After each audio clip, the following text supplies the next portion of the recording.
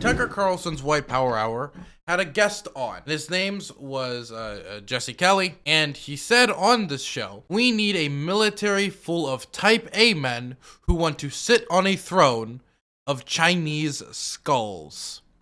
Let me say that one more time. We need a military full of type A men who want to sit on a throne of Chinese skulls. There's a little transcript here and a clip. If anybody else has other clips of this interaction, I'd like to see them, because there was a few of them and I was only able to find the one. The rest of them are on Twitter. We're gonna watch this quick and talk about it. Do you think the key to remaining competitive with the Chinese military is more gender advisors? Oh, there's no question, Tucker. I mean, China right now and Russia, they're both testing hypersonic missiles that can turn New York City to ash. Russia is actually developing and has developed satellites that can push our satellites out of orbit and completely cripple our military. Our military, though, they're focused on the important things. We want to focus on climate change, and we definitely have to make sure there are enough tampons in the restrooms at the Pentagon. Okay, so the first thing I want to say is not only is this guy, of course, incredibly stupid, but we have technological research going on constantly. We funnel billions upon billions of dollars, much more than the Chinese, much more than the Russians, much more than any other nation on this planet. We funnel into R&R around the military. We are concerned about climate change, but any nation that isn't preparing for climate change would be stupid when it comes to its military. In fact, I don't know he knows this, but the Russians are also preparing for climate change when it comes to its military. The Chinese are also preparing for climate change when it comes to its military, and we are also following track because climate change can change the landscape of battle, and the military does need to be ready for the changes that are going to come with climate change. And when I say that, I don't just mean like electric vehicle tanks or some weird thing like that. I'm talking about actually making the vehicles ready for the type of temperatures it's going to face and the type of resources it's going to be needing to deal with climate change wise. Now, when it comes to diversity, I don't know if like Tucker knows this, but America's a pretty diverse place. We got women, we got men, we got black people, white people, Asian people, Native American people, South American people, we got gay people, we got straight people, we got trans people, we got bisexual people, we got all different types of people, right? All the different types of peoples. And I love every single one of them, right? And certain communities are overrepresented in the military, and that's not a bad thing. Southerners, for example, are overrepresented in the military. But there's also a separate problem, and this is completely separate. We're removing ourselves from a wider conversation of how do we address, like, the military and its interaction with the world when it comes to, for example, Yemen. This is completely separate from that. We're just talking about, if you're the leader of a country, how do you run an effective military? We have been missing recruitment quotas for the military year after year, year after year after year. And even if we weren't missing recruitment quotas, the idea of dragging more from communities that are underrepresented in our military isn't a bad idea. Number one, and this is the most basic reason why it's a good idea,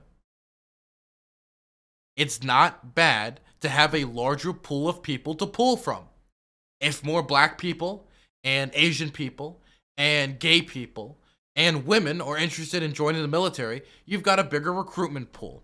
Not a bad thing in case of a national emergency.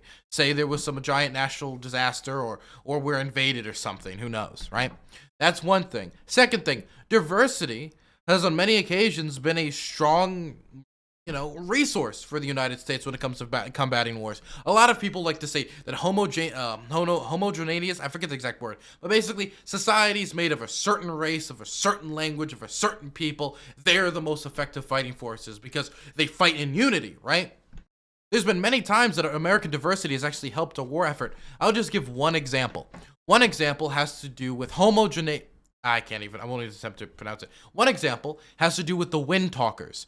During the Second World War, while we were fighting the Japanese in the Pacific, one thing we were very concerned about was the Japanese learning about our battle plans through our communication lines. And so what we had was a lot of Native Americans would use the languages that they learned in their youth from their communities to communicate with one another over our communication lines, and the Japanese had no clue how to decipher what was being said. And that actually helped us win one of the most important wars, if not the most important war in American history. The Second World War. while fighting the Japanese Empire. So, yeah, I mean, you can bat it away as if it's not important, but if you live in a diverse society, diversity and inclusion is actually kind of important when recruiting for either the military or a company or any organization, nonprofit, anything. That's kind of what they're saying. I mean, I mean, I don't know. There's a psychological term for this, and it escapes my memory at the moment. But where there's a massive, real threat that you can't deal with, so you Somebody brings up the movie in chat, Code Talkers. I do recommend it. scurry off and deal with imaginary threats to make yourself feel in control. That kind of feels like what we're watching. Well, what we're watching is the destruction of the U.S. military, and what we're going to end up seeing, Tucker, is... Again, look how hyperbolic and out of reality this guy is. The destruction of the U.S. military. My God, they're trying to include women. My God, they have diversity and inclusion programs. My God. Oh my goodness, the destruction of the United States military. We are the most powerful fighting force on the planet, not only when it comes to technologically, but also when it comes to just funding. Our military is fine. We just approved what? Another $25 billion increase to the United States military? It was $25 billion more than what the president requested. We are fine when it comes to military funding. We are fine when it comes to our United States military being competent. There is no problem of it being destroyed because we're trying to include more diversity in the military. Thousands, tens of thousands, maybe hundreds of thousands. Fun fact, he's run in primaries in Arizona before, lost in generals though. Well, thankfully, he's not an elected representative. It's scary that he has won primaries in Arizona though. Arizona is a strange state when it comes to its Republican and Democratic parties. A very progressive Democratic Party, not so much when a very progressive Democratic Party, very conservative Republican Party. Of Americans die. Those are the stakes of the game we're playing here. We don't need a military that's... Again, he's saying millions could die. Millions could die because of what? Diversity and inclusion programs. Think about how hyperbolic he is. Carlson just talked about making up imaginary enemies.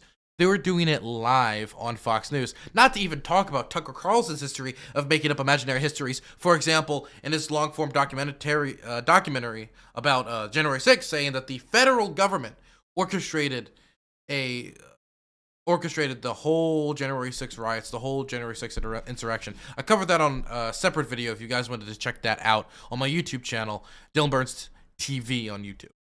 Woman-friendly. We don't need a military that's gay-friendly, with all due respect to the Air Force. We need a military that's flat-out hostile. We need a military full of... We do want it to be gay-friendly. We are a country made of many different types of people. Therefore, if you want to recruit people from different communities and have a general manpower that is effective when it comes to military, that you want to recruit from different communities so you don't, miss every single goddamn recruitment quota, you're going to need to do what's necessary to advertise to people. We see the military's not on Twitch because they want to have fun with the kids. They're on Twitch because they want to recruit young people. They're not on TV playing out ads because they really want to spice up the entertainment industry. They're doing it because they want to recruit people, okay? And the same thing is true with the diversity and inclusion programs. They're not doing it out of some benevolent love for the queer community, or just because they feel like it and they all want to look progressive, as Tucker and this guy suggests. They're doing it because they want to hit recruitment quotas and increase the military's effectiveness when it comes to fighting, and having more people to draw from when it comes to who they select to join the military is part of that. And that's what these programs are about. I don't know why this guy can see it, and I think he does see it. He just doesn't want queer people in the military, if I'm being completely honest. We need a military that's flat out hostile. We need a military full of type A men who want to sit on a throne of Chinese skulls. But we don't have that now. We can't even get women off of naval vessels. That's a bunch of type A men who want to sit on a throne of Chinese skulls.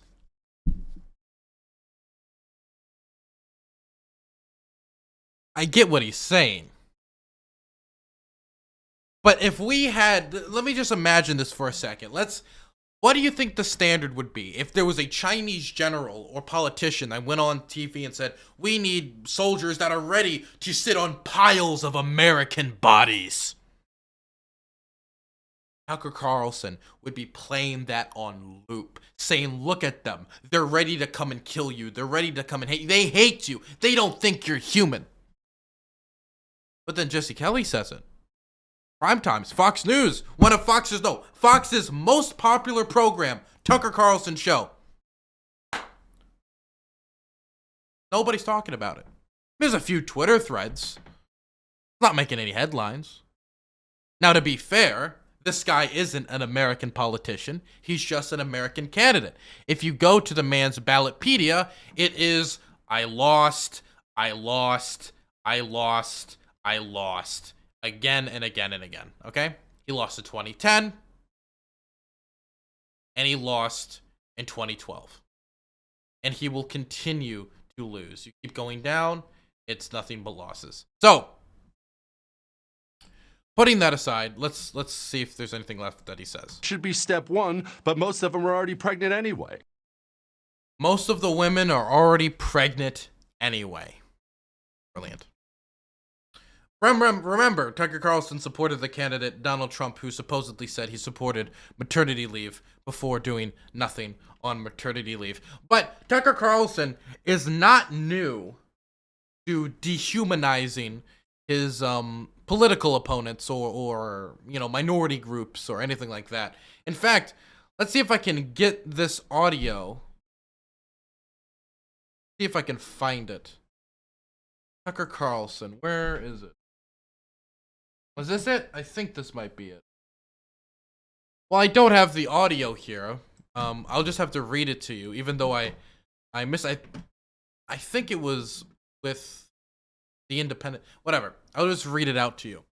Tucker Carlson described Iraqis as semi-literate primitive monkeys in past comments made on Bubba the Love Sponge's radio show, according to audio recordings uncovered by Media Matters. The Fox News host also claimed, if somebody could link me the audio, I'd appreciate it, claimed Iraqis don't behave like human beings, and said he has zero sympathy for Iraqis or their culture during a May 2006 discussion of the Iraq War on the popular show. So, what was going on is it was 2006, and during this time, there was a lot of upheaval in Iraq. The American occupation was not going smoothly. It was not going soundly. It was not exactly going wonderfully. And so, due to this and a bunch of other extenuating factors, many Iraqis were rebelling or taking part in, I think the most accurate description would be, insurgent efforts, quote unquote. And so, instead of trying to find out why this was the case or figuring out a solution, for the war, by the way, Tucker Carlson championed before then it started, and he said, oopsie davy, never mind. So this is a war he championed, by the way, as another, talking piece for the conservative parties in this, the conservative party in this country. He then just declares that the reason this is happening is because Iraqis are just degenerate. They're semi-literate, primitive monkeys, animals. And I believe he even said they can't use, utensils. But I just have zero sympathy for them or their culture, a culture where people just don't use toilet paper or forks. And the way they treat women, I agree with you. Their culture is, but you're in their homeland, and you're over there as an American who they hate, and they want nothing more than the Americans off of their soil. So they're not going to play games. They can just shut the f*** up and obey, is my view. People who come to this country ought to have something to offer. Be hot, be really smart. You know what I mean? Yeah, exactly. You just need desirable. Exactly. Hot or smart, and that's hot about or it. Smart, that's right. But people to come over and pick lettuce, I'm not saying that's an undignified, that's great, and I admire people who work hard. But on the other hand, are those people who are going to build, a stronger country 20 years from now? How could you salvage Iraq at this point? I don't, it's beyond our control. If somehow the Iraqis decided to behave like human beings or something. Well, it's never going to be a civilized country because the people aren't civilized. Look, okay? This is a man. Oh my gosh. This is a man who doesn't, quite frankly, care about minority groups, be it foreigners, domestic, etc., right? So I don't think he's particularly cares if somebody comes in and dehumanizes the Chinese population by saying we need to sit on these mass graves of people, on a throne of Chinese skulls. Somebody just sent me the audio, so I don't think we need to just listen to it. Well, actually, he's not in prison for that. He didn't warn. This actually has a lot of Tucker Carlson's past comments. I don't know if we should play all of them. We'll play all of them. Who cares? Jeff didn't marry underage girls. No, he's in prison for facilitation of child rape. Whatever the hell that means. That means he's in prison because he's weird and unpopular, and he has a different lifestyle that other people find creepy. No, he's an accessory to the rape of children. That is a felony, and a serious one at that. What do you mean an accessory? He's like got some weird religious cult where he thinks it's okay to, marry underage girls, but he didn't do it. Why wouldn't the guy who actually did it, who had sex with an underage girl, he should be the... Okay. So...